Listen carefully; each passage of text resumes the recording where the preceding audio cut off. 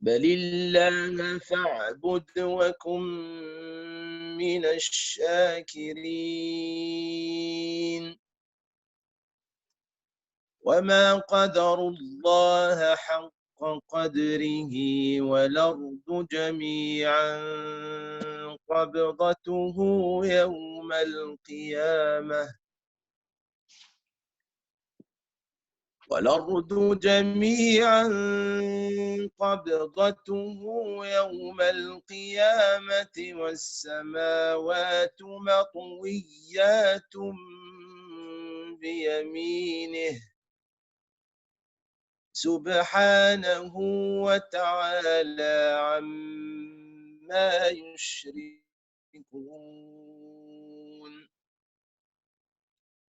ونفخ في الصور فصعق من في السماوات ومن في الأرض إلا من شاء الله ثم نفخ فيه أخرى فإذا هم قيام ينظرون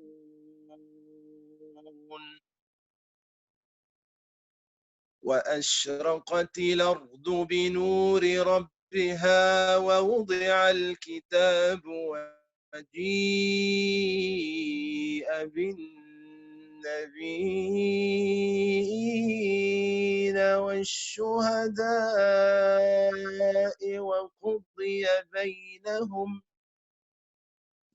وقضي بينهم بالحق وهم لا يظلمون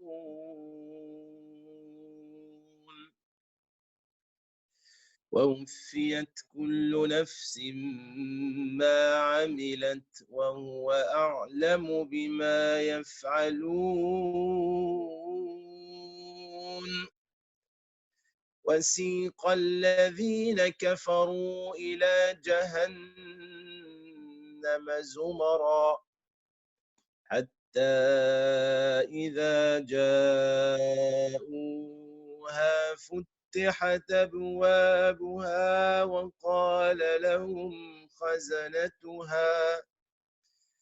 وقال لهم خزنتها ألم ياتكم رسل منكم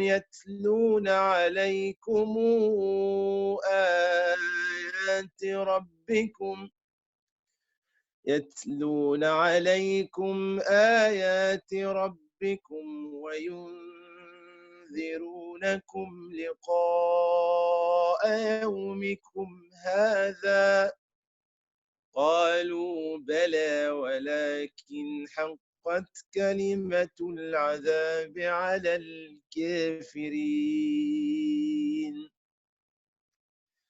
قيل ادخلوا أبواب جهنم خالدين فيها فبئس مثوى المتكبرين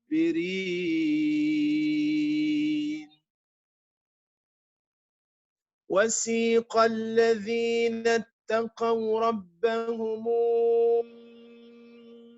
إلى الجنة زمرا حتى إذا جاءوها وفتحت أبوابها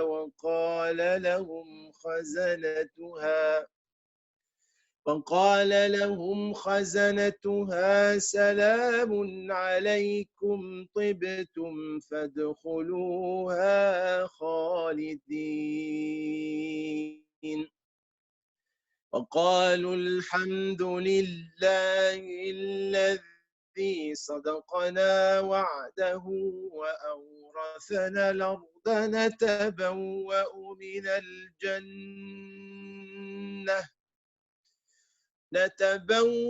من الجنة حيث نشاء فنعم أجر العاملين وترى الملائكة حافين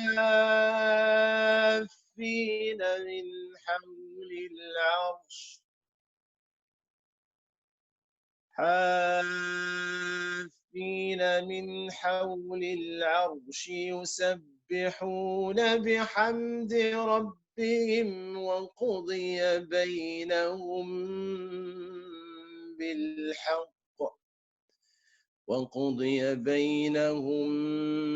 بالحق وقيل الحمد لله رب العالمين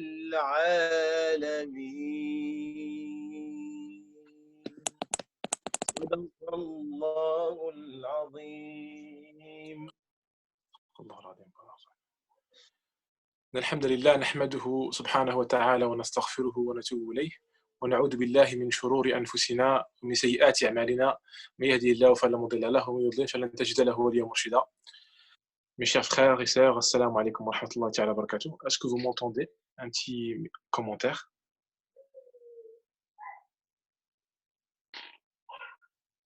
Est-ce que le son est clair? Barakallahu fik. Donc je disais, mes chers frères et sœurs, salam alaikum wa rahmatullah. Donc au nom de l'Institut Belagir du Centre Fraternité, je vous souhaite à toutes et à tous la bienvenue à notre rencontre spirituelle. Nous demandons à Allah subhanahu wa ta'ala d'accepter notre jeûne, d'accepter nos bonnes œuvres, d'accepter notre qiyam, de nous compter parmi ses bien-aimés, parmi ses rapprochés, nous compter parmi les affranchis de ce mois béni. Donc mes chers frères et sœurs, j'ai l'honneur d'accueillir parmi nous mon cher frère Omar Mahassin, qui est imam, auteur, conférencier, qui est très présent dans le domaine de da'wah, très actif dans le domaine de da'wah. On demande à Allah subhanahu wa ta'ala d'accepter ses efforts. Donc, il est notamment l'auteur du livre La voie de la spiritualité. On demande à Allah subhanahu wa ta'ala d'accepter ses efforts et de le compter parmi ses bien-aimés, de le protéger sa petite famille, sa grande famille. Donc sans tarder mes chers frères, donc je laisse la parole à mon cher frère c'est Omar, que Dieu le récompense. À toi la parole c'est Omar, barakallahu fik et bienvenue parmi nous, que Dieu accepte Allah ta'ala. Inch'Allah, jazakallahu khair. Assalamu alaikum wa rahmatullah. Wa alaykum salam. الحمد لله على إنعامه وإفضاله. الحمد لله كما ينبغي لجلاله وجماله وكماله. والصلاة والسلام على سيدنا محمد وعلى صحابته وآله. وأشهد أن لا إله إلا الله وحده لا شريك له. وأشهد أن سيدنا وحبيبنا محمدًا عبده ورسوله وصفيه من خلقه وخليله. جاءنا بالدين القويم والصراط المستقيم والمحجة البيضاء ليلها كنهارها لا يزيغ عنها إلا هالك. Chers frères, chères sœurs, salam alaikum wa rahmatullah. Comme vous le savez, nous vivons actuellement la dernière décade de ce mois béni.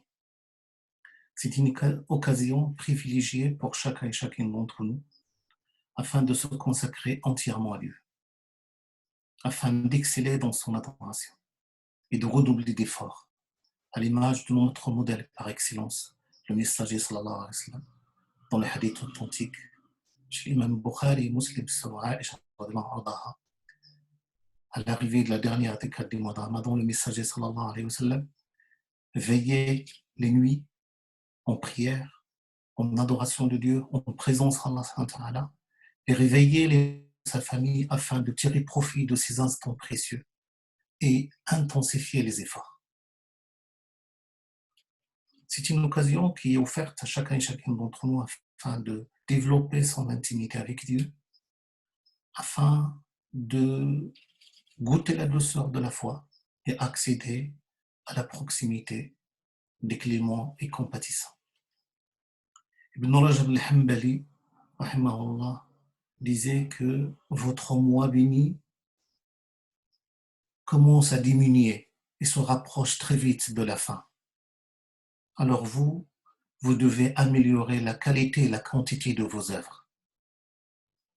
Pourquoi il nous donne ce conseil? Parce que, comme vous le savez, Al-Hassan al-Basri, un de nos éminents prédécesseurs, disait qu'Allah subhanahu wa ta'ala a fait de ce mois béni une course vers le bien, une concurrence dans le bien. Certaines personnes ont pris conscience de l'importance de son mois béni et ont saisi l'occasion afin de réaliser leur ascension spirituelle. Et ils ont récolté le succès.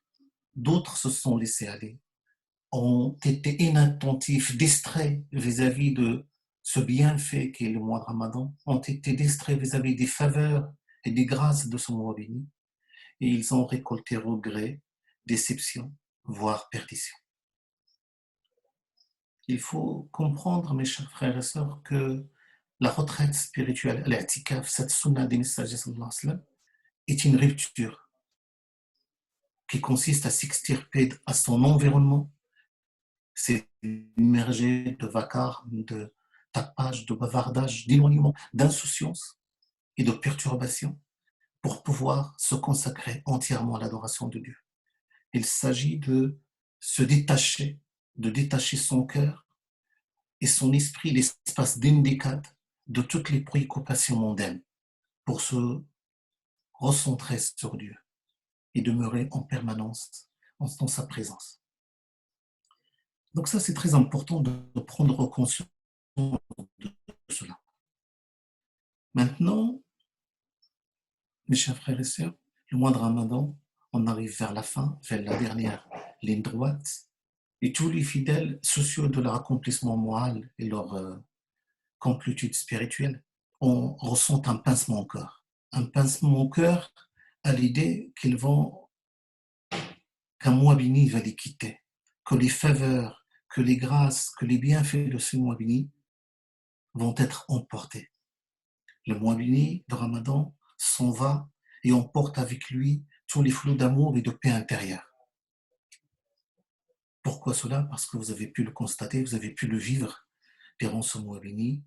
La spiritualité monte en flèche. La prière est belle. La présence à Dieu, la concentration dans les adorations est omniprésente. Les conflits, les disputes, les animosités sont réduites. Donc la fraternité est accentuée durant ce mois béni. C'était une école de la réforme de soi. C'était une école du dépassement de soi, où chacun et chacune d'entre nous aspire à réaliser sa mutation éthique, à réaliser son ascension spirituelle. Il est très important pour le fidèle de s'arrêter avec soi, d'interroger ses pratiques, de questionner sa pratique, de questionner sa foi, de questionner sa relation avec Allah subhanahu wa ta'ala. Ça fait partie intégrante de notre foi. Le messager sallallahu alayhi wa sallam nous a enseigné comment justement questionner ses pratiques, comment se remettre en question, comment être en perpétuelle réforme de son être.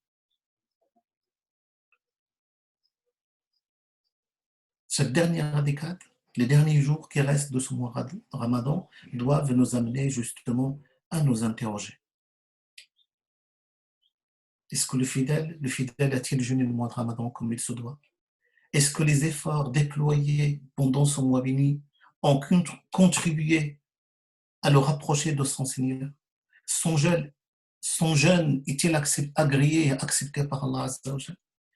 Gardera-t-il le même élan de spiritualité initié durant ce mois béni? Autant de questions qui nécessitent une réponse sincère et concrète. Pourquoi se poser ces questions-là, mes chers frères et sœurs? Et ça, c'est le premier, on va dire, le premier repère et le premier indice, le premier signal qui nous permet de savoir que notre jeûne est agréé par Allah Azza wa Jalla. C'est justement d'être dans ce questionnement-là. Questionner sa pratique, se remettre en question, faire son examen de conscience. Parce que lorsque Allah Azza wa Jalla a révélé le verset suivant de Surat al-Mu'minun, وَالَّذِينَ يُؤْتُونَ مَا آتَوْا وَقُلُوبُهُمْ وَجِلَةٌ أَنَّهُمْ إِلَىٰ رَبِّهِمْ رَاجِعُونَ. Ceux et celles qui, en accomplissement, leurs actes de piété, sont pénétrés de crainte à l'idée qu'un jour, ils retourneront vers leur Seigneur. Aïcha, radiallahu anha, comme rapporte l'imam Ahmed, interrogea les messagers sallallahu alayhi wa sallam à propos de ce verset, en disant: ô messager de Dieu, ce verset concerne-t-il les personnes qui commettent des péchés, qui sont submergées par le péché, et malgré ça, ils redoutent la rencontre avec leur Seigneur? Et le messager sallallahu alayhi wa sallam de lui répondre: non au fait de se dire, mais c'est le fidèle qui jeûne, qui prie, qui s'inscrit dans la voie de Dieu subhanahu wa ta'ala, mais malgré ça, il craint, il redoute que ses actions ne soient pas agréées par Allah subhanahu wa ta'ala. Donc être dans cette crainte et espoir, la crainte qu'Allah azza wa jalla rejette nos œuvres, et l'espoir qu'Allah subhanahu wa ta'ala, vous faites un seul pas envers lui, il en fera davantage. Vous faites un petit effort, Allah subhanahu wa ta'ala l'accepte, il le fructifie. C'est pour cela que l'imam Ali, karamallahu wajhahu, disait: accordez une attention particulière à l'acceptation de votre œuvre avant d'entamer l'œuvre en question. C'est-à-dire que le fidèle, en pensant à l'acceptation, va se donner les moyens, va essayer de perfectionner son œuvre, va mettre toute son œuvre afin que cette action, cette œuvre, soit agréable à Allah azza wa jalla. Donc ça, c'est un premier repère. Lorsque le fidèle commence dès maintenant à rentrer en soi, à avoir des moments de recueillement, pour justement se poser ces questions-là et demander intensément à Allah subhanahu wa ta'ala d'accepter, d'agréer et, comment dirais-je, de nous pardonner nos négligences, de pardonner nos déficiences, de pardonner nos défauts. Un deuxième repère, mes chers frères et sœurs, parce que notre sujet aujourd'hui, c'est repère pour savoir si notre jeûne est agréé par Allah azza wa jal. Ce sont juste quelques repères, ce sont juste quelques éléments de réponse. Deuxième élément de réponse, c'est que vous avez pu constater, mes chers frères et sœurs, que dans ce mois béni, il y avait un cerceau spirituel. Il y avait la spiritualité, comme j'ai dit tout à l'heure, est montée en flèche. Si le fidèle développe ce sentiment, où il a approfondi son lien avec Allah subhanahu wa ta'ala, où il essaye de garder la même vitalité spirituelle, et en même temps, il développe en soi, il développe en lui ce qu'on appelle al-waqar, le respect éminent vers Allah subhanahu wa ta'ala, la vénération d'Allah azza wa jalla, parce que Dieu dit dans le Coran, surat Nuh: ma lakum la tarjuna lillahi waqara wa qad khalaqakum atwara. Qu'avez-vous à ne pas vénérer Dieu comme il se doit, alors qu'il vous a créé en phase successive? C'est quoi ce respect éminent que nous devons développer vis-à-vis d'Allah subhanahu wa ta'ala? Durant ce mois béni, vous avez toutes et tous veillé à justement rester sur la voie de la rectitude, ce qu'on appelle l'istiqama, à rester à ne pas transgresser les interdits de Dieu, à veiller à être toujours dans la présence, dans l'adoration, dans la proximité. Chacun et chacune d'entre nous a pu se déployer afin d'être agréable et aimé par Allah subhanahu wa ta'ala. S'il faut garder cet élan-là, s'il faut garder cette vigilance et ce respect imminent vis-à-vis d'Allah subhanahu wa ta'ala, c'est un signe d'agrément qui ne trompe pas. Parce que vous savez, nos prédécesseurs le disaient: min alamati qabuli al-hasanati al-hasanatu ba'daha. Parmi les signes de l'acceptation de la bonne action, ce sont les bonnes actions qui sont accomplies juste après. Parce que Dieu dit: وَالَّذِينَ اهْتَدَوْا زَادَهُمْ هُدًى وَآتَاهُمْ تَقْوَاهُمْ. Quant à ceux qui se sont mis sur la bonne voie, Dieu les guidera encore mieux et affermira leur piété. Et puis le fidèle, quels que soient ses efforts, quels que soient, comment dirais-je, les œuvres qu'il a mis en place durant son mois béni, il sait que c'est par la grâce d'Allah subhanahu wa ta'ala, c'est par la grâce de Dieu. Si nous sommes là, c'est par la miséricorde d'Allah azza wa jalla. L'imam Ibn al-Qayyim al-Jawziyya, rahimahullah, disait que lorsque le fidèle se connaît, et lorsqu'il connaît son Seigneur, lorsqu'il reconnaît la souveraineté à Dieu, il sait que ce qu'il présente comme œuvre n'est pas à la hauteur d'Allah subhanahu wa ta'ala. Il n'a pas accompli ses œuvres comme il se doit. C'est pour cela, et malgré ça, il a pris conscience de cela. Et malgré ça, il sait pertinemment qu'Allah Azza wa Jalla les accepte, les fructifie par sa grâce, par sa miséricorde. Et s'il est guidé à accomplir tant d'œuvres et tant de bienfaits et tant de bonnes actions, c'est par la grâce d'Allah subhanahu wa ta'ala. Ibn Ata'Allah Sakandari, rahimahullah, dit dans ses sentences: لا تفرحك الطاعة لأنها برزت منك وافرح بها لأنها برزت من الله إليك. Ne te réjouis pas de la bonne action parce qu'elle émane de toi, mais réjouis-toi d'elle parce qu'elle émane de Dieu. Et puis il a cité le verset de Surat Yunus: قل بفضل الله وبرحمته فبذلك فليفرحوا هو خير مما يجمعون. Dit que c'est de la grâce de Dieu et de sa miséricorde qu'ils doivent se réjouir. C'est mieux que ce qu'ils amassent. Troisième élément de réponse, mes chers frères et sœurs, c'est que l'imam Ali, karramallahu wajhah, la dernière nuit du mois de Ramadan, il était dans sa mosquée, il disait à haute voix, et tous les fidèles hommes, femmes entendaient. Il disait: Ya layta Ali, man dal maqboul fanuhanni wa man dal mahroum fanuhazzi. Ah, si nous pouvions savoir qui parmi nous a été accepté pour qu'on le félicite, et qui est celui ou celle qui a été refusé, afin qu'on le console, parce qu'il est passé à côté d'un grand bienfait, parce qu'il a raté une occasion immense de mériter l'amour de Dieu, de se rapprocher d'Allah subhanahu wa ta'ala. Donc cette parole doit nous interpeller, doit nous amener à nous questionner. Justement, comment cet élan de spiritualité initié durant ce mois béni, nous allons le garder après. Ça, c'est un signe aussi de l'acceptation, c'est de persévérer dans l'adoration d'Allah subhanahu wa ta'ala. C'est de persévérer dans les actes de présence, de souvenance d'Allah subhanahu wa ta'ala que nous avons initiés durant ce mois béni. Prendre garde à ne pas se laisser happer par les aléas de la vie. Le Coran, mes chers frères et sœurs, nous donne l'exemple d'une femme qui fit sa nuit et confectionne un habit, puis se met soudainement à déchirer son œuvre et à défaire brin par brin ce qu'il a accompli sans aucune raison. C'est l'exemple de celui ou celle qui retourne après le mois de Ramadan,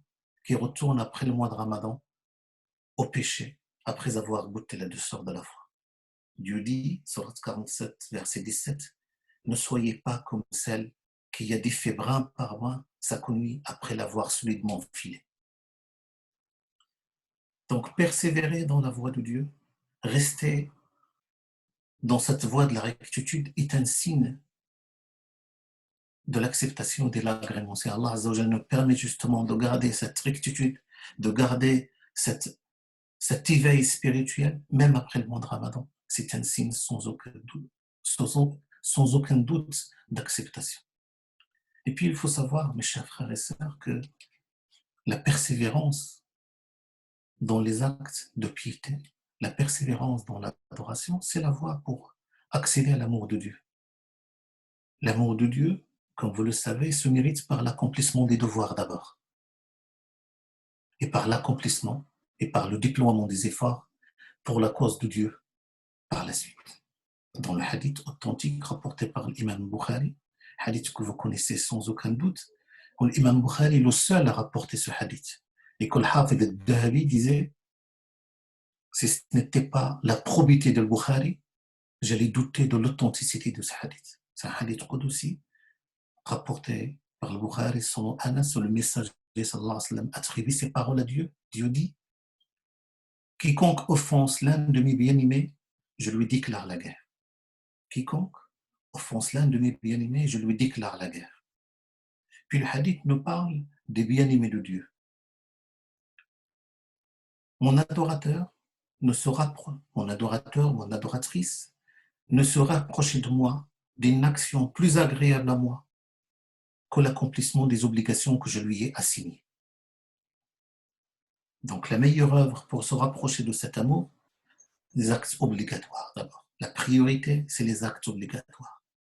Mon adorateur, s'il persévère dans les actes surrogatoires, finira par mériter mon amour.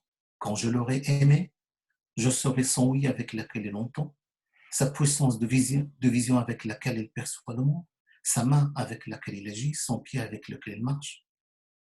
S'il m'invoque, je serai son vœu. S'il se réfugie en moi, je serai son protecteur.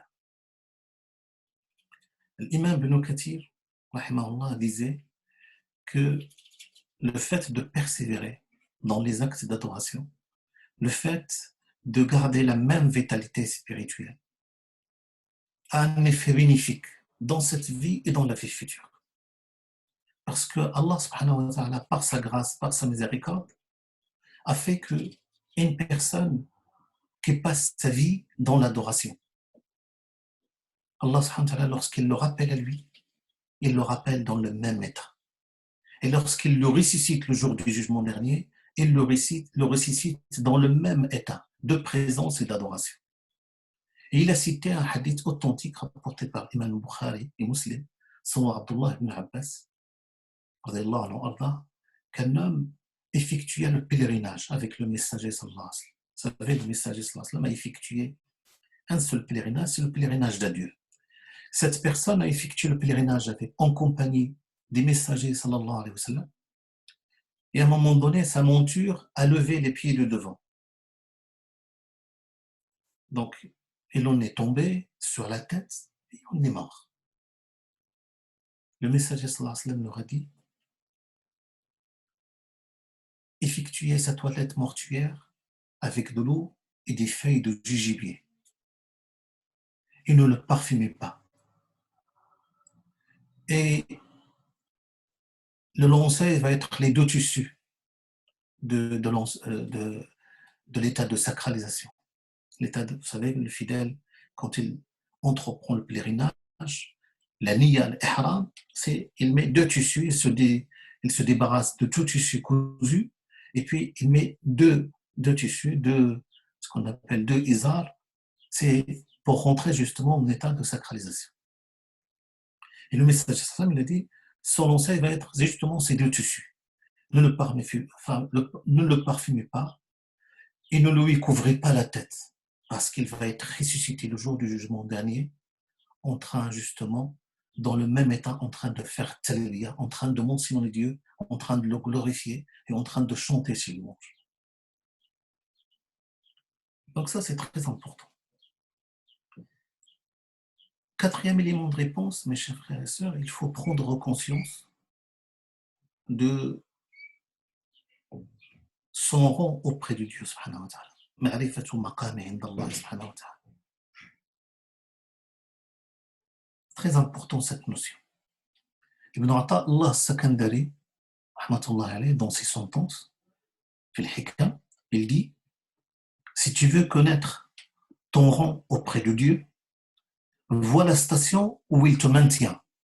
إذا أردت أن تعرف قدرك عنده فانظر فيما يقيمك. Si tu veux connaître le rang que tu as auprès de Dieu, regarde la station où il te maintient. Lorsque Dieu te permet d'être présent à lui, de lui obéir et de ne penser qu'à lui, en ne comptant que sur Dieu subhanahu wa ta'ala, ne pas compter sur ses propres adorations, sache qu'il t'a comblé des grâces cachées et apparentes. متى رزقك الطاعة والغنى به عنها فقد أسبغ عليك نعمه ظاهرة وباطنة. Maintenant, à nous de se poser la question. Si vous voyez que vous êtes toujours dans l'adoration, dans l'investissement, dans les actes de piété, vous courez partout justement pour servir la cause de Dieu, pour être agréable à Allah subhanahu wa ta'ala, c'est un signe sans aucun doute de l'acceptation de Dieu. C'est très important de prendre conscience de cela, mes chers frères et sœurs. Si vous voyez que vous êtes toujours dans l'adoration, que vous êtes toujours dans la prière nocturne, très importante. Il y a certaines personnes qui ne connaissent malheureusement qu'Allah subhanahu wa ta'ala nous guide tous. On n'est pas là pour juger, on n'est pas là pour distribuer des bons et de mauvais actions, des mauvais points, mais nous sommes là pour se conseiller mutuellement, de s'encourager mutuellement, justement, à persévérer dans la voie d'Allah subhanahu wa ta'ala. La meilleure des prières, après les prières obligatoires, nous disait le messager sallallahu alayhi wa sallam, c'est la prière nocturne, la prière effectuée de nuit. Hatim al-Assam, on l'a interrogé, on lui a dit qu'il y a des gens qui ne connaissent Dieu, qui ne reviennent vers Dieu que pendant le mois de Ramadan. Et il s'est désolé. Hatim al-Assam, vous savez, on l'appelait Luqman hadi al-Ummah. Il a dit Bi'sa al-qawm. Bi'sa al-qawm, c'est un terme péjoratif, que ces gens-là se privent d'un grand bienfait. Allah subhanahu wa ta'ala est dans l'accueil des âmes qui reviennent vers lui. Mais ça serait dommage de ne pas prendre conscience de ces instants bénis et de, vous savez, notre paix intérieure, notre bien-être spirituel, moral, c'est dans la présence d'Allah subhanahu wa ta'ala. Plus on est proche de Dieu, plus les choses, alhamdulillah, plus nous sommes proches de notre épanouissement. Je parlais de la prière nocturne. Vous savez, l'imam Al-Hassan al-Basri, rahmatullah alayhi, a été interrogé par une personne en lui disant Oh, Abu Sa'id, pourquoi les gens qui prient assidûment la nuit ont les plus beaux visages? Question importante. Pourquoi les gens qui prient assidûment la nuit ont les plus beaux visages? Et puis Hassan al-Basri lui a répondu c'est parce qu'ils passent leur nuit en compagnie des cléments et compatissants. Parce qu'ils passent leur nuit en présence d'Allah subhanahu wa ta'ala. C'est pour cela qu'il le revêt de sa lumière. C'est ce qui donne de l'éclat à leur visage.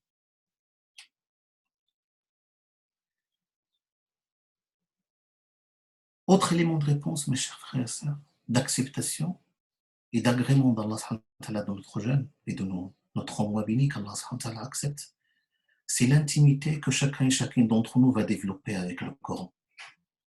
Le Coran, comme vous le savez, mes chers frères et sœurs, a été révélé durant son mois béni. Durant son mois béni, le Coran fait descendu sur le messager sallallahu alayhi wa sallam. C'est le mois du Coran par excellence. Et notre lien avec le Coran détermine l'intensité de notre foi, détermine l'intensité de notre lien avec Allah subhanahu wa ta'ala. Le messager sallallahu alayhi wa sallam nous disait Man akhada bihi faqad akhada bi haddin wafir. Celui qui se tient au Coran, qui s'agrippe sur le Coran, c'est qu'il tient une corde très forte qui peut le lier à Dieu. Et puis que chacun et chacune d'entre nous doit justement méditer le verset où le messager sallallahu alayhi wa sallam se plaint à Dieu. وقال الرسول يا رب إن قوم اتخذوا هذا القرآن مهجورا. Seigneur Dieu, mon peuple a déserté le Coran. Dans un hadith, ce qu'on appelle hadith mawqouf, c'est un hadith qui remonte jusqu'aux compagnons. Et ce hadith remonte aux compagnons rapporté par l'imam Ahmed, rapporté, il a été cité par le Hafid ibn Abd al-Barr, il remonte jusqu'aux compagnons Mu'adh ibn Jabal, où le messager, qui attribue ces paroles au messager en disant ce Coran est le festin de Dieu. Al-Qur'an ma'doubatullah. Acceptez l'invitation qui vous est faite de toutes vos forces. Il est la corde qui peut vous lier à Dieu. Il est sa lumière éclairante. Il est la médecine bénéfique. Il est une sauvegarde pour qui s'y tient. Il est le sauf-conduit pour qui s'y conforme. Il ne nous dévie pas. Il n'a donc besoin d'être redressé. Ces secrets sont inépuisables. Lisez-le, Dieu récompensera votre lecture pour chaque lettre lue, une bonne action.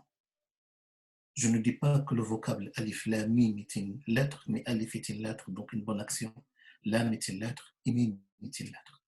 Nous devons déployer les efforts nécessaires, mes chers frères et sœurs, pour se consacrer au Coran, pour le lire intensément, le comprendre dans ses moindres détails et appliquer ses commandements avec ferveur, le vivre, le goûter, le porter, afin d'être le digne héritier des messagers, sallallahu alayhi wa sallam, qui nous a laissé comme seul héritage la parole de Dieu et sa sunna, qui était l'illustration parfaite de ce message. Il faut dire, c'est très important, que le messager, sallallahu alayhi wa sallam, Muhammad sallallahu alayhi wa sallam, notre modèle par excellence, était à la fois le messager et le message. Il était le messager, certes, mais il était l'illustration parfaite des messages. Sa vie, ses comportements étaient ponctués par la révélation. Un autre point très important, mes chers frères et sœurs, et je crois que c'est parmi les signes de l'acceptation aussi, c'est que ce mois de Ramadan doit susciter en nous, en chacun d'entre nous, ce qu'on a un éveil spirituel. Un éveil dans le sens où chacun et chacun d'entre nous va être amené à être et témoigner, où il va prendre conscience des enjeux, des priorités, des défis à relever, et puis s'engager pour la cause de Dieu. C'est très important. Ne pas être juste un musulman qui s'inscrit, entre guillemets, que Dieu me pardonne, qui s'inscrit dans une lecture individualiste des messages. Je prends des messages, je prends de la voix des messages, c'est ce qui m'arrange pour être bien. Être dans un rapport, dans un islam à la carte, dans une relation de consommation, mais pas dans une relation de celui qui a pris conscience de ses responsabilités et qui s'engage pour servir la cause de Dieu. C'est très important. C'est très important. Si le message nous est parvenu aujourd'hui, c'est parce qu'il y a des hommes et des femmes qui ont pris conscience de leurs responsabilités. Ils ont dit que nous devons témoigner de notre foi. Nous devons transmettre ce bien à l'humanité dans son ensemble, sans rien imposer. Dieu se propose à tous et ne s'impose à personne. Être, c'est d'abord cette relation intime avec Dieu. Le fidèle déploie tous les efforts afin qu'elle porte en lui tous les fruits de la piété, de l'humilité et de l'amour d'Allah subhanahu wa ta'ala. Témoigner, c'est les efforts que chacun et chacune va mettre justement pour servir à la cause de Dieu. C'est rayonner des valeurs de cette foi. C'est rayonner des valeurs de notre islam. Et pour cela, nous devons nous former. Le savoir est prioritaire par rapport à l'action. Très important. Se former pour mieux se réformer. Il est très important pour nous, pour pouvoir s'engager, très important de savoir pourquoi s'engager, pour qui s'engager et comment s'engager et avec qui s'engager. Autant de questions que nous devons. Donc déjà, un des signes d'acceptation, c'est que le fidèle prend conscience de ses responsabilités, prend conscience que cette foi a besoin d'hommes et de femmes afin de la vivre, de la porter, de rayonner de ses valeurs et de la transmettre. Un autre point, mes chers frères et sœurs, pourquoi nous devons nous engager? Justement, nous devons être capables de dégager l'islam, malheureusement de dégager l'islam des registres des pathologies. Il n'y a pas de secret aujourd'hui, l'image de l'islam est ternie. L'image qui nous colle à la peau est une image qui est ternie. Et ce n'est pas la réalité, nous le savons tous. Mais il nous appartient de changer la donne. Il nous appartient d'être les dignes héritiers des messagers sallallahu alayhi wa sallam, afin de vivre comme il se doit à notre foi, sans complexe ni crispation, et en même temps essayer d'être présent, de rayonner de ces valeurs dans notre société. Ne pas se mettre à l'écart de la société pour être plus proche de Dieu. Le messager sallallahu alayhi wa sallam n'a jamais pratiqué une spiritualité de la fuite. Alors 2 points, Inch'Allah ta'ala. Un autre élément de réponse, c'est avoir bon cœur. Un des signes de l'acceptation de notre jeûne, c'est que le fidèle ait bon cœur. Un cœur habité par l'amour de Dieu et l'amour des messagers, sallallahu alayhi wa sallam, n'en veut à personne, si ce n'est à son propre ego et à Satan qui le font dévier. Avoir bon cœur, c'est un cœur qui n'a ni rancune, ni jalousie, ni haine envers quiconque. Vous savez, hadith rapporté par l'imam Ahmad son Abdullah ibn Mas'ud, le messager de sallam fait interroger quel est le meilleur d'entre les gens. Vous savez, les compagnons avaient toujours ce genre de questions. Quelle est la meilleure œuvre? Quelle est l'œuvre la plus aimée par Dieu? Quel est le meilleur d'entre les gens? Donc, il a été interrogé ainsi, le messager sallam, où les compagnons ont demandé quel est le meilleur d'entre nous en termes de piété, en termes de générosité, en termes de présence à Allah. Et le messager sallallahu alayhi wa sallam disait ainsi: Kullu makhmoum al-qalbi saduq al-lisan. Celui ou celle dont le cœur est mahmoum et dont le langage est vrai. Et en parlant de langage vrai, le messager sallallahu alayhi wa sallam a utilisé un superlatif, saduq. Ça veut dire que c'est quelqu'un qui est sincère constamment, inlassablement, sans cesse. Ils ont dit celui ou celle dont le langage est vrai, nous le connaissons, mais que mahmoum al-qalb. Et le messager dit le cœur qui est pur, le cœur qui est pieux, qui n'en veut à personne, où il n'y a ni haine, ni jalousie, ni rancune. Jalaluddin Rumi, Maulana, Jalaluddin Rumi, rahimahullah, disait une parole très intéressante, un conseil. Il disait: purifie ton cœur avec l'amour, avant de purifier ton corps avec de l'eau, en parlant à celui qui procède aux ablutions. Il lui donne ce conseil: purifie ton cœur avec de l'amour avant de purifier ton corps avec de l'eau, car la prière qui émane d'un cœur rancunier n'est pas permise. L'imam Ahmed a écrit dans son livre Az-Zuhd que le Hassan al-Basri disait, à son époque, il disait: nos prédécesseurs, en parlant des compagnons, ne considéraient que le bon comportement, c'est le pardon, c'est le fait de pardonner, de dépasser. Qu'Allah nous pardonne. Dernier élément de réponse, et je pense c'est aussi important, c'est que notre foi, notre jeûne, nos efforts des 11 mois bénis doivent nous amener à plus d'humilité, à plus de douceur, à plus de douceur avec nos frères et sœurs, de l'exigence avec soi, certes, mais de la douceur et de l'amour vis-à-vis des autres, et ne pas être dans la condamnation, ni dans le jugement. Ça, c'est parmi les signes de l'acceptation. Lorsque vous vous inscrivez dans cette douceur, dans cette miséricorde, de ne pas être dans le jugement, c'est parmi les signes, parce que, premièrement, vous imitez sincèrement le messager, sallallahu alayhi wa sallam, qui n'était pas là pour distribuer des bons et des mauvais points. L'imam Abu Ishaq Siraji,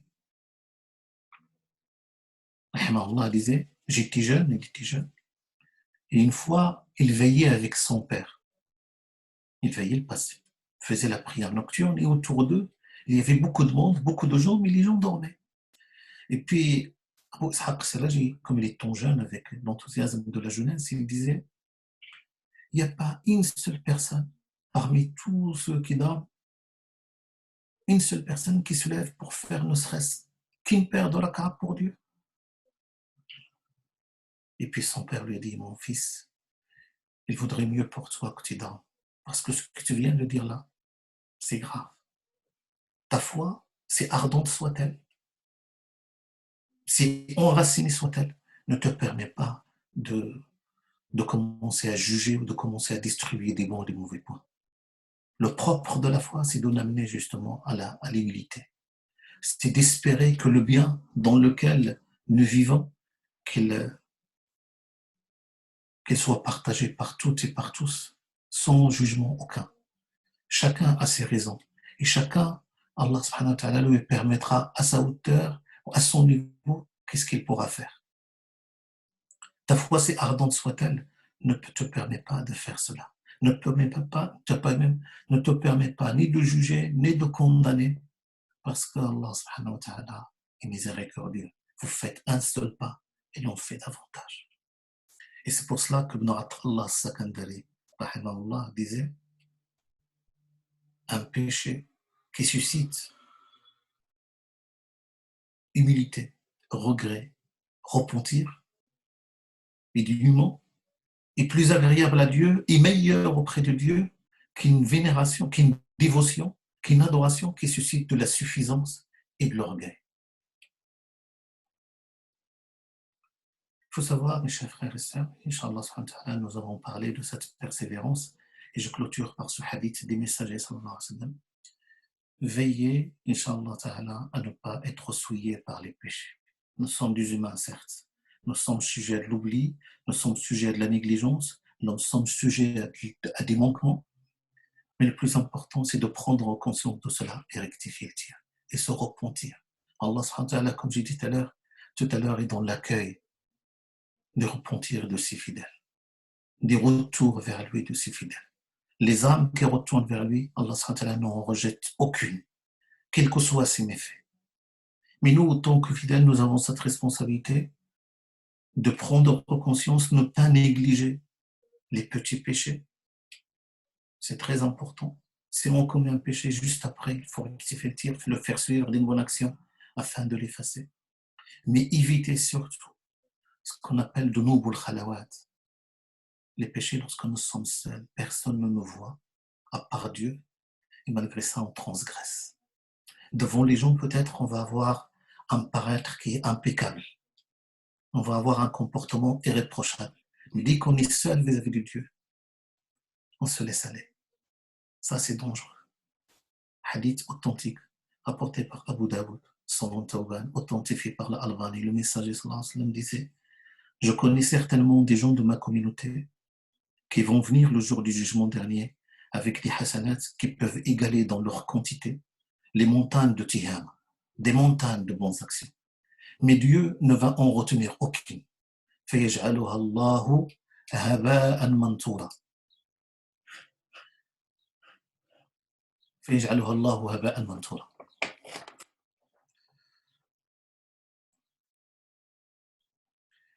Je lis en même temps les commentaires, Inch'Allah, on va essayer. On va essayer, bismillah.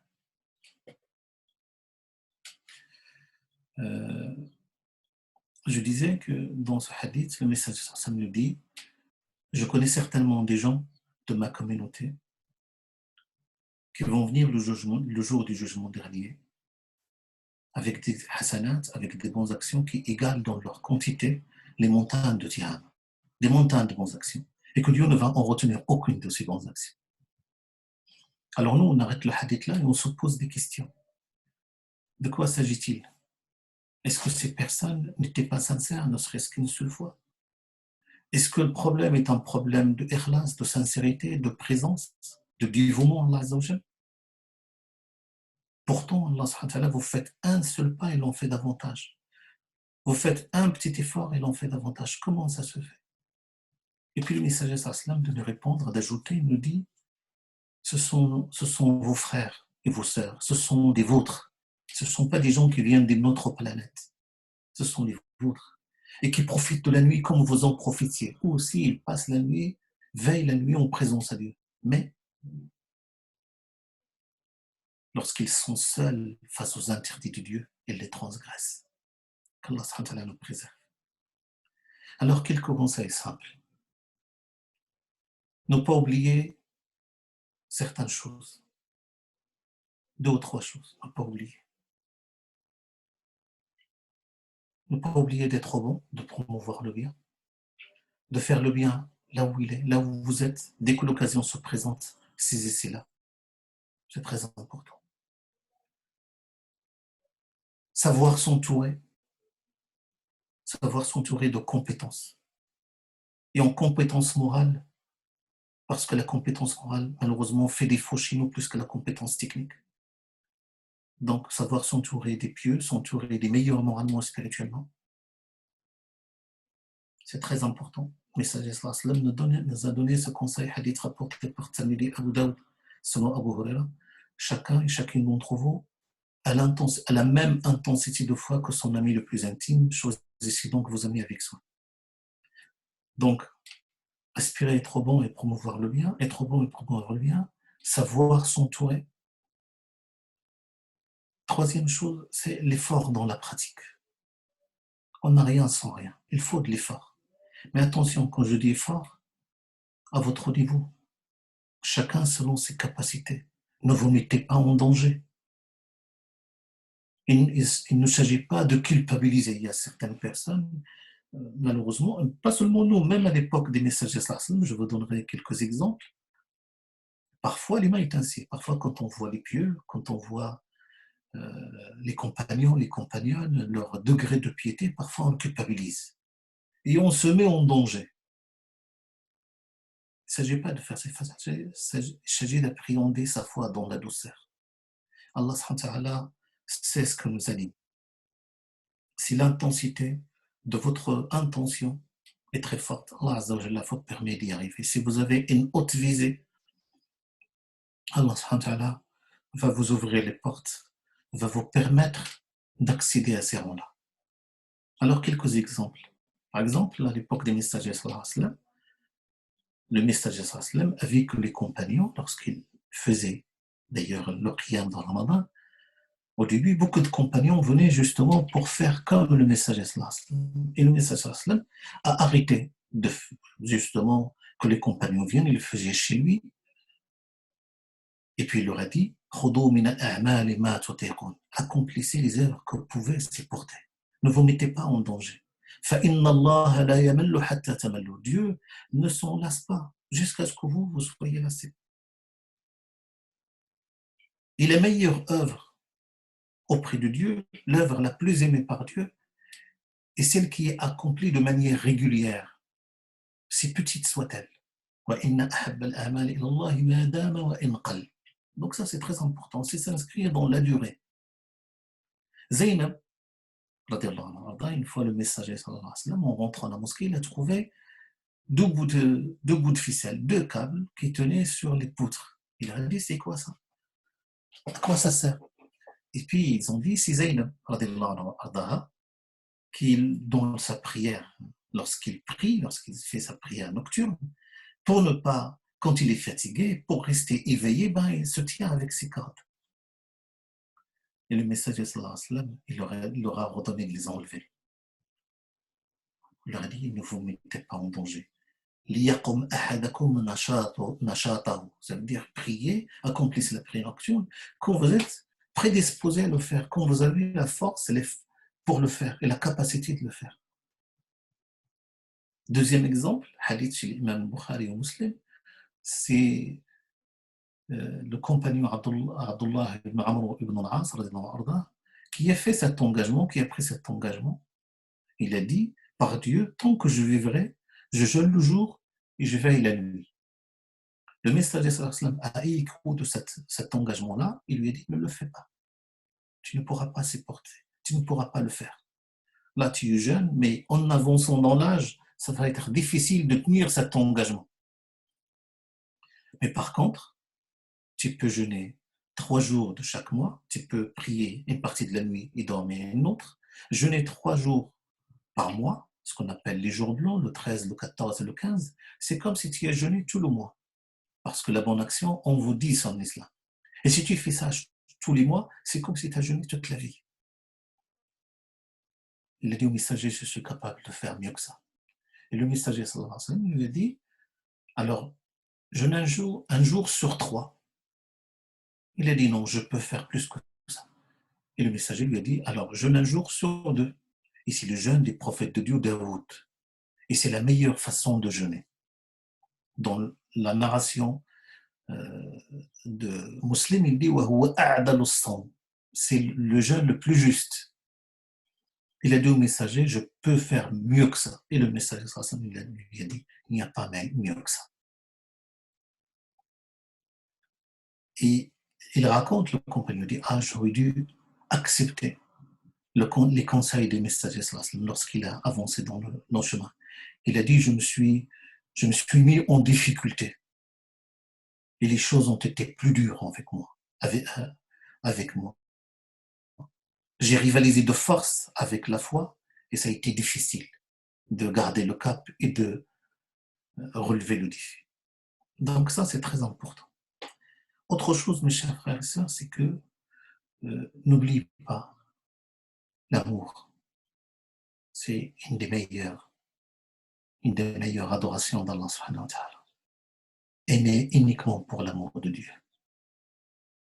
Pour être aimé de Dieu, c'est d'avoir l'amour pour soi et pour les autres. Ça, c'est très important. Comment aimer, c'est simple. C'est pas quelque chose de... C'est être à l'écoute de l'autre, soutenir, l'opprimer, aider dans la mesure des possibles, soutenir, sourire, offrir son sourire, offrir sa bonté, porter assistance dans la mesure des possibles. Les simples actes de solidarité revêtent auprès de Dieu une grande importance.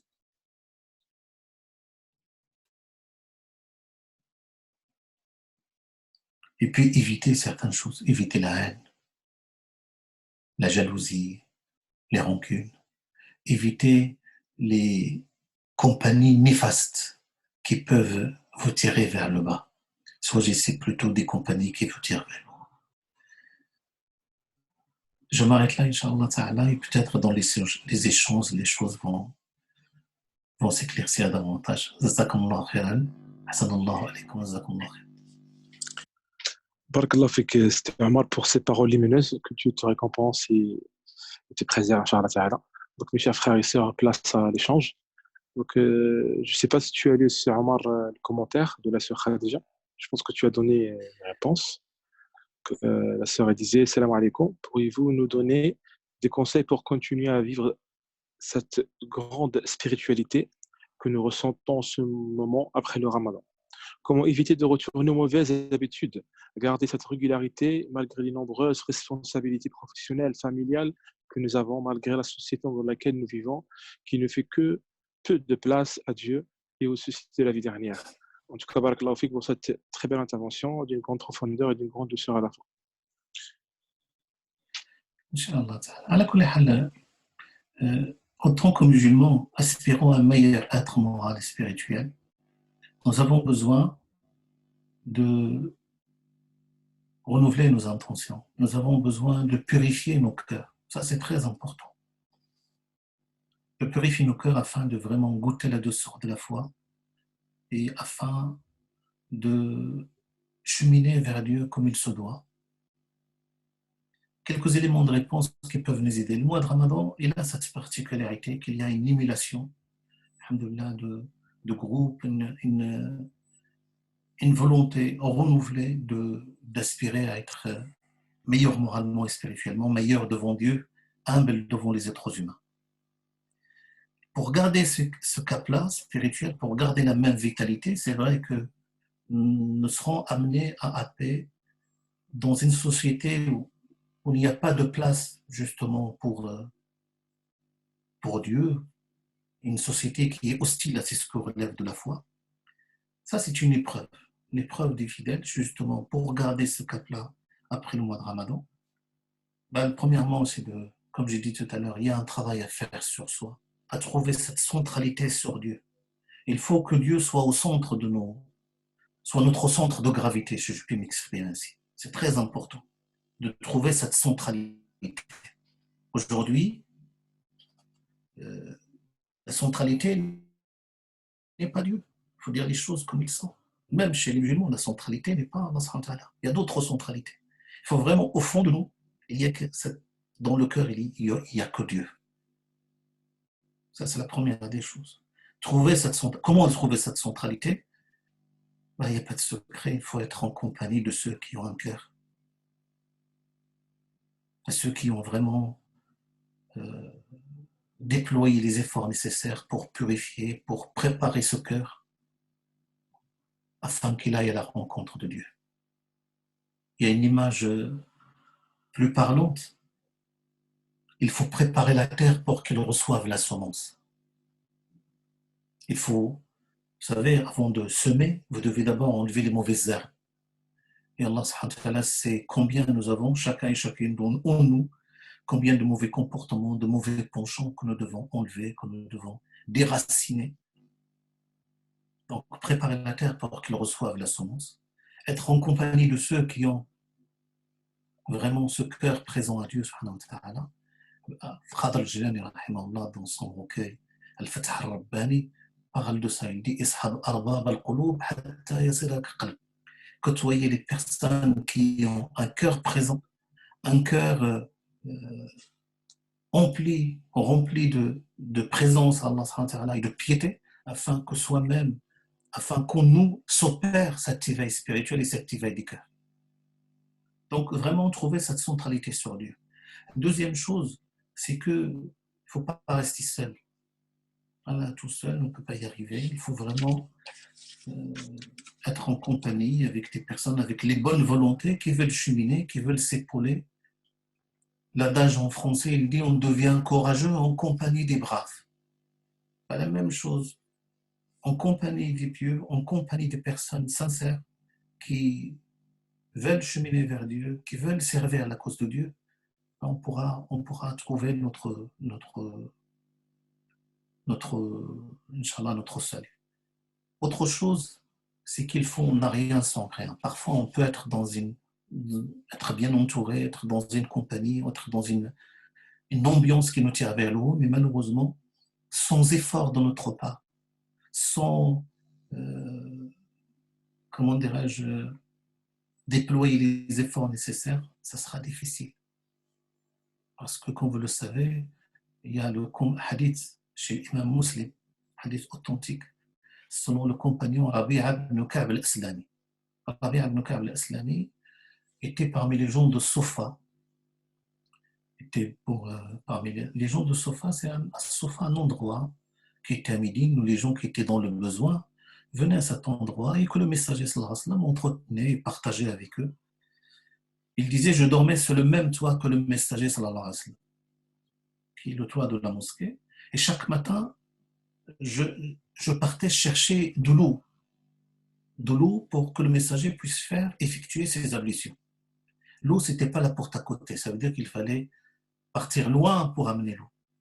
Et le messager sallallahu alayhi wa sallam venait le récompenser. Il a dit, voilà, demande-moi quelque chose. Il a dit, je te demande ta compagnie au paradis. L'imam Ibn Qayyim al-Jawziyya fait un commentaire sur cette parole, il dit, celui qui veut connaître comment devrait être sa haute visée, man arada an ya'rifa al-himmata, celui ou celle qui veut savoir comment il devrait être sa haute visée, qu'il regarde la haute visée de l'Aslami, qui était pauvre, qui était dans une situation critique, mais ce qu'il souhaitait, c'est d'être avec le messager sallallahu alayhi wa sallam, que cette compagnie dans cette vie soit aussi dans la vie future. Et le messager sallallahu alayhi wa sallam, il dit, regarde, demande autre chose, regarde ta situation. Il a dit, je ne demande que cela. Et le messager sallallahu alayhi wa sallam, il a dit, je vais faire, mais aide-moi par l'abondance des prosternations. C'est-à-dire, malgré cette compagnie pieuse, et que l'invocation des messagers sallallahu alayhi wa sallam est exaucée, il lui a demandé de faire des efforts, afin de retrouver le goût de l'effort. Voilà, Allah subhanahu wa ta'ala, j'espère être clair. Barakallahu fik, Sidi Omar. Donc, la sœur Raqiya, je te passe la parole. Bismillah. Assalamu alaikum. Salam alaikum. Jazakallahu khair pour alhamdulillah, cette intervention lumineuse, alhamdulillah, et pleine de bons enseignements.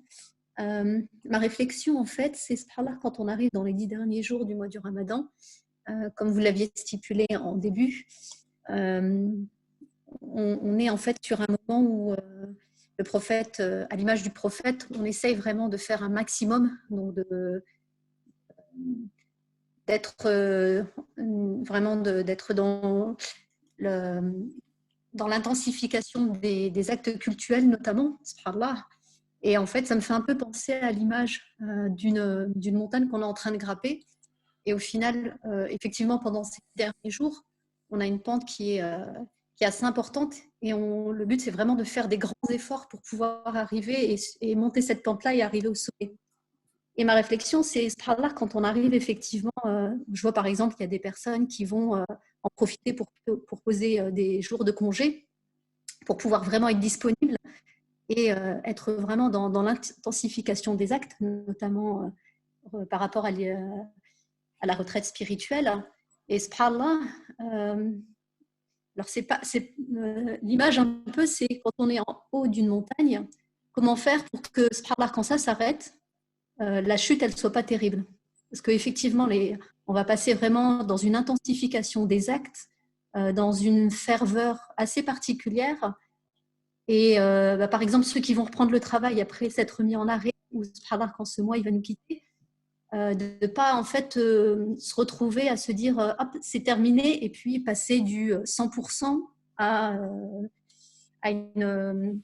Alors pas 0%, mais en fait à cette chute-là. Donc ça, c'est ma première réflexion. Et deuxième réflexion, vous parliez de la bonne compagnie. Je pense que la compagnie, effectivement, qui va nous impacter encore d'autant plus, c'est celle qui est la plus proche, donc notre environnement familial. Et ce travail, en fait, qu'il y a à faire au sein de sa propre famille, sa petite famille, donc avec son épouse, ses enfants, ses parents. Quelle réflexion vous pouvez avoir également à ce niveau-là, Inch'Allah. Jazakallahu khair. Barakallahu fik ya akhi. Alors, c'est très premièrement, jazakallahu khairan. L'image que vous avez donnée est très intéressante, l'image de la montagne, etc. Et que nous arrivons vers le sommet. Enfin, la dernière décade du mois de Ramadan, c'est comme vous êtes dans une course. Et là, on est vers le finish, on va dire. On a le dernier mètre qui reste, où il faut donner tout pour réussir. Cependant, il ne faut pas avoir peur de chuter. C'est le propre de la foi. La foi, il augmente, il descend. C'est un éternel recommencement. Ne pas avoir peur de recommencer. Nous sommes des humains, comme j'ai dit tout à l'heure, nous sommes sujets, il y aura des ratés, il y aura des rendez-vous manqués, il y aura des chutes. Il faut juste garder toujours cette intention qui nous anime, cette sincérité. Allah subhanahu wa ta'ala nous connaît pertinemment, sait de quel terme nous sommes faits, connaît nos déficiences, connaît nos difficultés. Et c'est Allah Azza wa Jalla le seul capable de susciter en nous cette volonté renouvelée de cheminer vers lui, d'aller vers lui. Donc ne pas avoir peur voilà, on tombe et on se relève, et on tombe et on se relève. C'est ça le propre de la foi. Le fait d'être en bonne compagnie, ça permet justement d'amortir les chocs. Le fait d'être bien entouré, ça permet justement d'amortir. C'est pour ça que le messager sallam avait donné l'exemple des corps, l'exemple de la compassion, de l'homogénéité, de l'entraide qui se trouve entre les fidèles, font d'eux un seul corps. Le corps, justement, quand on tombe, il y a des cartilages qui permettent d'amortir les chocs. Donc, ne pas avoir peur de tomber ou de sombrer. L'autre idée que vous avez citée, je me souviens bien, c'est la deuxième idée, c'était comment justement agir, être en bonne compagnie. Vous savez, il y a des cercles, il y a plusieurs cercles. Il y a des priorités. Vous avez le cercle familial, certes, où là nous avons la responsabilité, chacun et chacune, justement de bien accompagner, de donner du sens, de donner de l'estime de soi, d'être dans la bienveillance vis-à-vis de ses enfants, vis-à-vis de son mari, de tous les membres de sa famille. Mais en même temps, il y a un autre cercle. Il y a votre grande famille de voisins, de musulmans, de votre mosquée. Ça, la notion d'engagement commence à s'élargir. Vous avez le premier engagement vis-à-vis de votre famille, et ça, c'est la responsabilité première. Et puis, vous avez un engagement vis-à-vis de la communauté avec laquelle vous vivez à l'échelle de votre ville. Vous savez, il y a cette idée qu'il faut penser globalement, agir localement. C'est-à-dire, penser globalement, c'est avoir une vision globale de notre foi. Penser global dans notre foi, savoir que notre foi, il est là pour que chacun et chacune d'entre nous trouve sa paix intérieure, s'épanouit dans sa foi, trouver la stabilité de l'âme.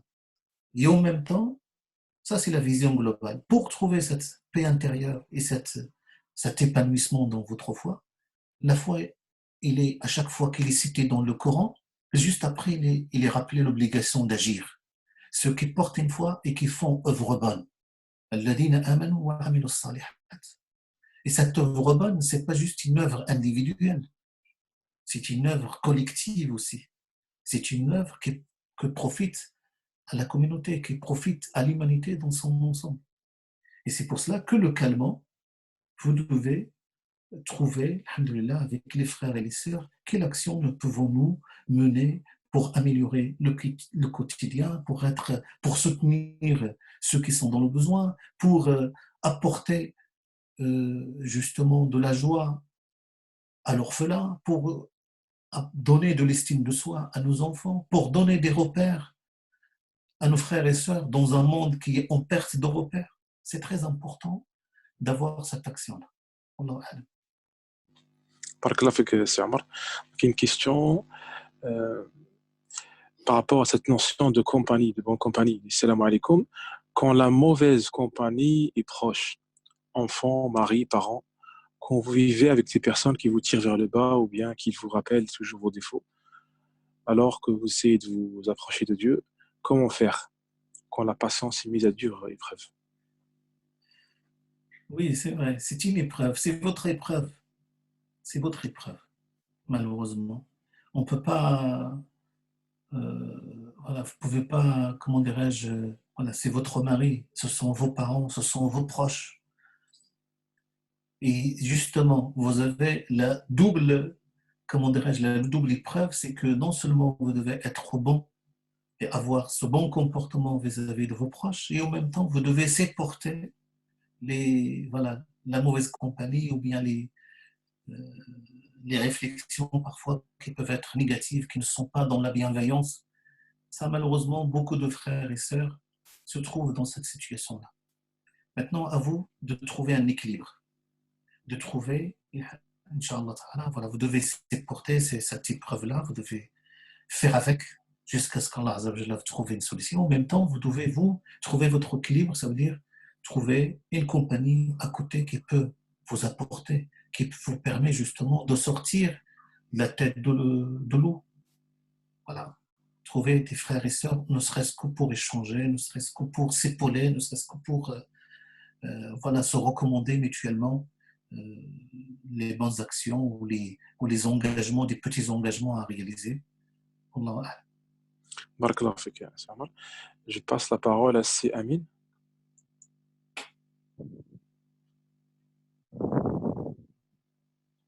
Bismillah. Bismillahirrahmanirrahim. Barakallahu fikum pour votre intervention. Moi, j'avais juste une question. Donc, en regardant surtout le fond d'écran de notre invité. Donc, c'est une grande mosquée. Et je me disais, maintenant, les mosquées sont fermées. Et c'était les lieux où on peut nouer la bonne compagnie avec le reste, avec les imams, avec le reste des musulmans. Et la situation va perdurer. Et je me posais la question, est-ce que vous, comme imam, est-ce que ça va être la fin de ces grandes mosquées qui accueillent des milliers de personnes? Et est-ce que les musulmans, ils ont pensé, et comment on peut faire comme simple musulman si la situation perdure et on sera privé des mosquées? Et même si les mosquées s'ouvrent, ils ne vont pas accueillir toute la communauté. Quelle est l'alternative pour un simple musulman de continuer à tisser les liens de compagnie, de bonne compagnie avec les imams et avec le reste de la communauté? Est-ce qu'il y a d'autres alternatives pour vous comme imam? Est-ce qu'il y a d'autres choses qui vont venir, qui vont émerger, comme des salles de prière, je ne sais pas. Mais j'aimerais bien savoir juste votre avis. Si la situation perdure, ça va être quoi l'alternative aux mosquées fermées? Alors, premièrement, ce que vous voyez derrière moi, c'est juste un fond virtuel. Ce n'est pas notre mosquée. Deuxième chose, c'est que bon, cette situation sanitaire n'est facile pour personne. Maintenant, on peut trouver des alternatives. D'ailleurs, il y en a, alhamdoulilah. Notre rencontre aujourd'hui via cette plateforme, c'est une preuve. l'important c'est de garder ce contact, ce rappel. On essaie de se conseiller mutuellement. Maintenant, le musulman, il est musulman dans le temps. Il n'est pas musulman dans l'espace. Dans le sens où, c'est-à-dire, un de nos parents disait, que Dieu lui fasse miséricorde, disait, là où va l'adorateur de Dieu, trouve Dieu. Donc, c'est-à-dire qu'on n'est pas lié à un endroit donné, on n'est pas lié à un espace donné. Quelle que soit la situation, nous devons nous adapter. Cette situation, cette crise sanitaire, tout le monde l'a subi. Maintenant, comment faire pour garder le rappel, pour garder le lien, pour garder... Alhamdoulilah, aujourd'hui, il y a beaucoup de rappels spirituels des vendredis, il y a beaucoup de conférences ou des choses qui se font via Zoom, qui se font via d'autres réseaux. Donc, l'important, c'est de garder cela. Maintenant, à son niveau, là où vous êtes, là où vous habitez, vous devez être reconnecté avec les bonnes personnes qui vont vous conseiller, Les informations que nous avons aujourd'hui, le 2 juin, il y aura une ouverture, Inch'Allah, des mosquées, mais ce n'est pas une ouverture comme auparavant. Donc, il faut toujours garder les règles de sécurité, de séparation sociale, etc. J'espère que les musulmans vont arriver à réaliser cela, à faire cela, parce que cette maladie, cette épidémie est vraiment dangereuse. Et il y a des cas qui se sont passés dans certaines mosquées, qui étaient vraiment omniprésents dans certaines mosquées. Donc il faut être vigilant, il faut être discipliné. Et ça, c'est une question qui est difficile à mettre en place, parce qu'il y a toujours, vous trouvez des personnes qui ne se plient pas aux règles, etc. Mais qu'est-ce que vous voulez? Nous devons composer avec cette épidémie. On ne peut rien opposer. Ce qu'il faut, c'est qu'il faut composer et qu'Allah subhanahu wa ta'ala nous sort de cette situation. Maintenant, le plus important, c'est de ne pas se dire, et ça c'est une erreur qui a été faite même par des personnalités imminentes de l'islam, c'est que cette épidémie, ou le fait que les mosquées soient fermées, le fait que la Mecque soit fermée sans aucun pèlerin, c'est un châtiment de Dieu. C'est prêter à Dieu de mauvaises intentions. Dieu n'a pas besoin de cela. Mais de tout temps, il y avait des épidémies. Et de tout temps, il y avait des mosquées qui étaient fermées. Et ce n'est pas la première fois que la Mecque est fermée aux pèlerins. Il y avait des années auparavant, la Mecque était fermée. Et plusieurs fois dans l'histoire, pas seulement cette fois. Qu'Allah me permette. L'important, c'est vous, autant que musulmans, justement, moi je trouve que cette épidémie a mis à l'épreuve, ou a montré à chacun et chacun d'entre nous où il en est dans sa relation avec Allah. Parce que quand vous êtes avec le groupe, c'est facile. Le groupe se lève, chacun se lève. Mais là, quand vous êtes tout seul, est-ce que vous vous levez justement pour accomplir comme il se doit? Dans cette épreuve, il y a un bienfait. C'est qu'il nous montre à chacun et chacun d'entre nous où il en est dans son cheminement, où il en est dans sa relation avec Allah. Qu'Allah nous permette d'y arriver. Amin, barakallahu fik. Donc la sœur Siam pose la question par rapport au titre de votre livre. Donc, je l'avais montré au début, donc c'est la voie de la spiritualité. Si tu veux, c'est Omar, tu peux faire une petite présentation de ton livre, si tu le souhaites. Alors, Inch'Allah. Barakallahu fik. Ala kulli hal, bon, ce sont ma petite personne, j'écrivais pour les frères et les sœurs qui assistaient à mes discours ou ceux qui n'arrivaient pas à assister à mes discours de vendredi. J'écrivais une petite pensée des vendredis. Donc chaque vendredi, j'écrivais un article, on va dire. Et vous savez, parler, c'est plus facile que d'écrire. Écrire demande plus de présence, plus d'application, plus de... Et puis, ils étaient diffusés sur les réseaux sociaux, sur Facebook en l'occurrence à l'époque. Il y avait un frère éditeur, qui avait vous savez, aujourd'hui, les gens, vous recevez quelque chose, vous la transmettez directement. Lui, il l'a reçu. Quand il a lu ces réflexions-là, il a demandé peut les éditer. Je lui ai dit, allez-y. Donc, il a choisi, parmi ses petits écrits, il a choisi ça. Au début, moi, je l'appelais Une voie, un cheminement, au début. C'était ça le titre. Mais lui, il a choisi ce titre-là à partir de la présentation que j'ai faite, une lecture cohérente de l'islam. D'ailleurs, j'ai eu beaucoup de réflexions de frères et de sœurs. Pourquoi une lecture cohérente de l'islam? Pourquoi cette lecture-là serait cohérente par rapport à d'autres? Et je leur ai dit, ce livre n'est pas prétentieux, c'est juste qu'aujourd'hui, il y a beaucoup de lectures. Il y a beaucoup de lectures de l'islam. Il y a des lectures qui sont violentes de l'islam. Le contexte de sortie du livre, il est sorti au moment où il y avait des attentats, où il y avait de la violence, où il y avait beaucoup de... La situation du monde était perturbée, où les musulmans étaient en ligne de mire et les musulmans étaient, on va dire, dans le banc des accusés. Donc, une lecture cohérente, justement, parce qu'il y a des lectures violentes, il y a des lectures sclérosées de l'islam, il y a des lectures parfois qui trahissent le message, où il fallait donner une lecture un peu apaisée, où le musulman peut appréhender sa foi sereinement. Voilà. Barakallahu fik. Allah yahfazak. Donc la sœur Khadija, elle avait posé déjà une question et elle dit la question de si Amin, donc la question qu'avait posée le frère Amin, me fait penser aussi à la fête de l'Eid que nous vivons cette année différemment. C'est une première en tout cas pour notre génération, pour nous. Un grand jour de fête mais sans rassemblement physique, des musulmans pour la prière de l'Eid. Comment faire de ce jour un jour de fête avec la situation actuelle? Alors, il faut savoir que c'est arrivé. Dans l'histoire, c'est arrivé. Et d'ailleurs, même dans le fiqh al-maliki, chez nous, chez l'Akhdari, il y a cette situation que la période de l'Eid se prie collectivement et se prie individuellement. On peut le faire individuellement. Maintenant, la situation sanitaire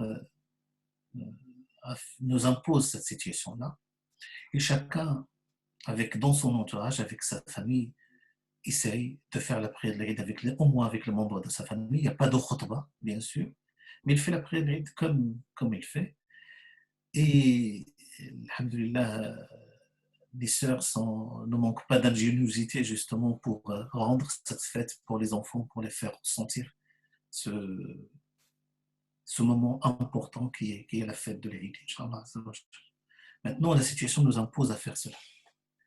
Il y avait une situation, nous c'est le 23, d'autres confessions, ils ont le 28, je crois, et le 30, mais il y a leur cérémonie, et le gouvernement leur a accordé à avancer pour eux, comment dirais-je, l'autorisation d'ouverture de leur lieu de culte, et pour les musulmans, non. Et ça crée une polémique. C'est vrai qu'il y a une différence de traitement, il y a une différence sans rentrer dans une lecture, mais lecture un peu victimaire, juste pour dire que voilà, ça ne se fait pas. On pouvait accorder aux musulmans aussi d'accomplir le jour de l'Eid, mais rien ne nous garantit qu'il n'y aura pas de risque. Rien ne nous garantit. On pouvait prier l'Eid séparément, en laissant la distanciation sociale, etc. Mais malheureusement, ça ne s'est pas fait. Nous acceptons les choses ainsi, nous les gardons ainsi, mais cela ne nous empêche pas de dénoncer ce traitement de faveur. Cela ne nous empêche pas justement de souligner en rouge ces privilèges accordés à d'autres et ne pas aux musulmans, parce que malheureusement, cela confirme encore une fois que les musulmans sont les laissés pour compte. Donc Allah subhanahu wa ta'ala nous facilite. Amin. Amin. Barakallahu fik, est-ce qu'il y a d'autres questions? Si quelqu'un veut prendre la parole, vous pouvez aussi écrire vos questions ou les envoyer en privé.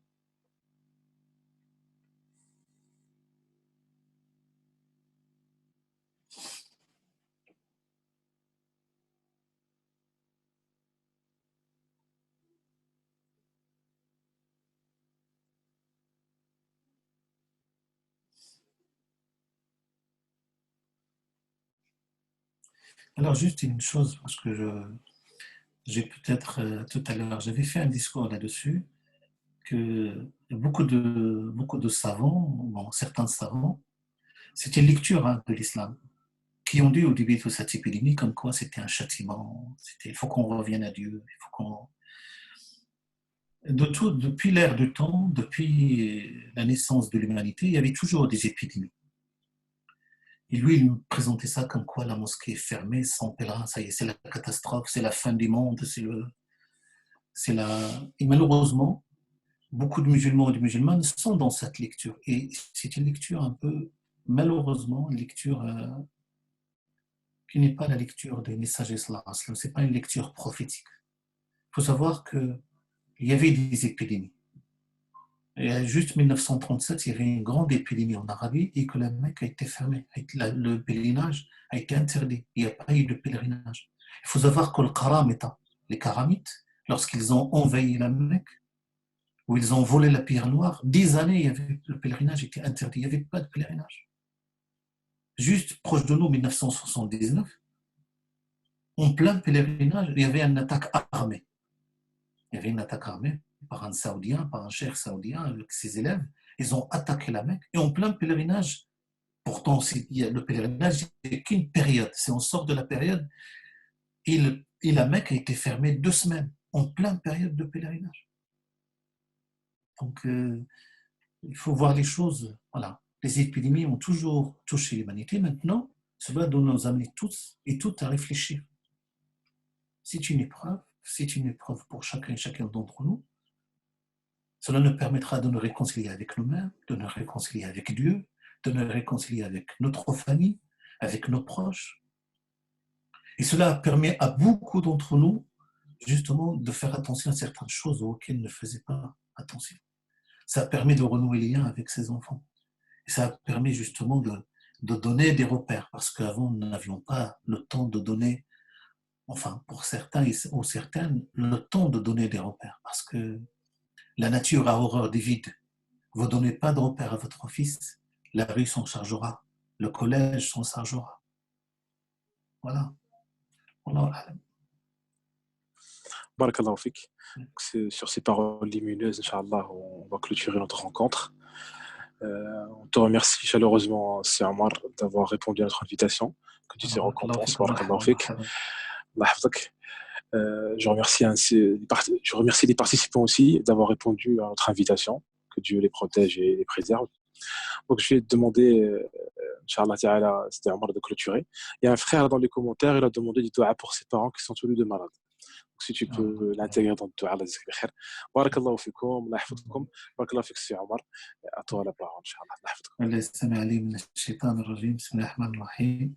والعصر إن الإنسان لفي خسر إلا الذين آمنوا وعملوا الصالحات وتواصوا بالحق وتواصوا بالصبر. اللهم الجلال والإكرام والعزة التي لا ترام، نسألك الله بأسمائك الحسنى وصفاتك العليا بأنك أنت الله الواحد الأحد الفرد الصمد الذي لا إله غيره ولا رب سواه.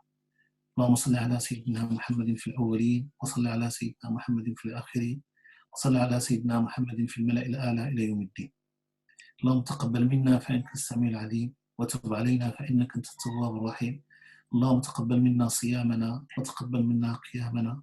اللهم إنك عفو تحب العفو فاعف عنا. اللهم إنك عفو تحب العفو فاعف عنا. اللهم لا تحرمنا من بركة ونور وفيض ليلة القدر. اللهم لا تجعلنا فيها من المحرومين. اللهم اجعلنا فيها من الفائزين يا أكرم الأكرمين يا رب العالمين. اللهم استعملنا فيما يرضيك وعز هذه الأمة. اللهم طهر قلوبنا من النفاق وأمالنا من الرياء وأعيننا من الخيانة وجوارحنا من المعاصي وألسنتنا من الكذب. اللهم طهر قلوبنا من النفاق والشقاق وسوء الأخلاق. اللهم زكي أنفسنا. اللهم ملكنا أنفسنا تبع الهدى. رقنا عندك في مقعد الصدق دائما أبدا. اللهم اغفر لوالدينا. اللهم ارحمهم كما ربونا صغارا. اللهم زد الحسنات إحسانا وعن السيئات تجاوزا وغفرانا. وفي جميع أموات المؤمنين الذين شهدوا لك بالوحدانية ونبيك بالرسالة وماتوا على ذلك. اللهم اغفر لهم وارحمهم وعافهم واعف عنهم واغسلهم من الذنوب والخطايا بالماء والثلج والبرد. اللهم ارحمنا إذا سرنا إلى ما صاروا إليه. اللهم اشف مرضانا. اللهم ارحم موتانا. اللهم اختم بالباقية الصالحات أعمالنا. اللهم في هذا اليوم المبارك اشف كل مريض. اللهم ارحم كل ميت. اللهم عافي كل مبتلى. اللهم اقض الدين عن كل مدين.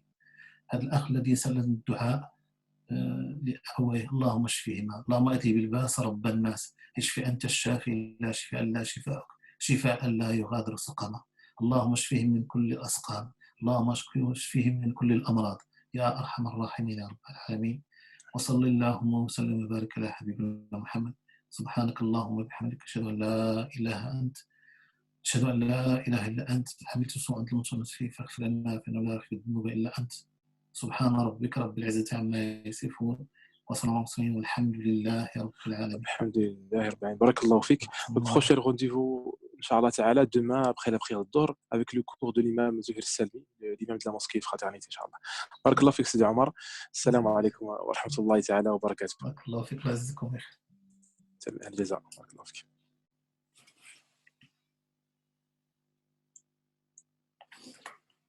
Oui, allô? Salam.